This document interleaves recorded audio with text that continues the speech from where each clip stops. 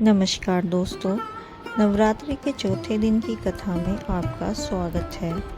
इस दिन माँ कूष्मांडा की पूजा की जाती है, जो अपनी दिव्य मुस्कान से संपूर्ण ब्रह्मांड की रचयिता मानी जाती हैं। तो आइए जानते हैं माँ कूष्मांडा की पावन कथा और इनकी पूजा विधि के बारे में।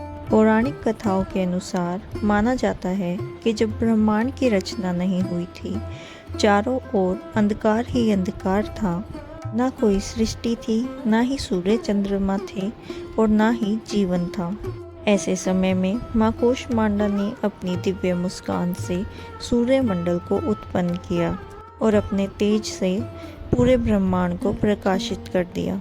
इसी कारण से इन्हें आदि स्वरूप, सृष्टि की जननी और ब्रह्मांड की रचयिता कहा जाता है। माता कूष्मांडा अष्टभुजाधारी है।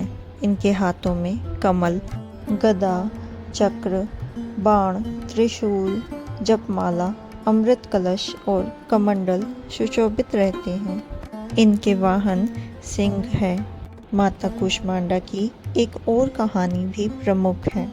एक बार सभी देवताओं और असुरों के बीच भीषण युद्ध छिड़ गया। युद्ध इतना भयंकर था कि तीनों लोकों में त्राही त्राही मच गई। असुरों की शक्ति इतनी बढ़ गई कि देवता भी उनसे भयभीत हो गए और भयभीत होकर उन्होंने माँ दुर्गा का स्मरण किया। तब माँ दुर्गा ने कूष्मांडा स्वरूप धारण किया। उनके तेज से दसों दिशाएं प्रकाशित हो उठी।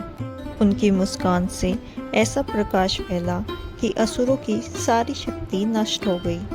कहते हैं कि उन्होंने केवल एक मुस्कान से हजारों असुरों का संहार किया और देवताओं को विजय दिलाई। यह कथा हमें बताती है कि माँ कूष्मांडा केवल सृष्टि की रचयिता ही नहीं, बल्कि संकट में अपने भक्तों की रक्षा करने वाली शक्तिशाली देवी भी है।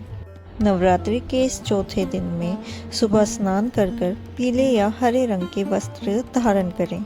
माँ कूष्मांडा की प्रतिमा या तस्वीर पर पुष्प, रोली, चावल और अक्षत अर्पित करें। कद्दू का भोग अवश्य लगाएं, क्योंकि इसे उनका प्रिय फल माना जाता है। धूप व दिया जलाकर ओम ऐं ह्रीं क्लीं कूष्मांडाय नमः का जाप करें। माँ कूष्मांडा की भक्ति करने वाले भक्तों के घर में सुख व शांति आती है। साधक को रोग, शोक व भय से मुक्ति मिलती है। जीवन में आयु, स्वास्थ्य व ऊर्जा बढ़ती है। आध्यात्मिकता उत्पन्न होती है और मनोबल बढ़ता है। इस प्रकार माँ कूष्मांडा की पूजा व उपासना से जीवन में सुख, शांति व समृद्धि का वास होता है। तो दोस्तों, यही थी नवरात्रि के चौथे दिन की कथा। आशा है आपको यह कथा पसंद आई होगी। अगर पसंद आई हो तो वीडियो को लाइक करें, शेयर करें और सब्सक्राइब करना ना भूलें। मिलते हैं नवरात्रि की अगली कथा के साथ।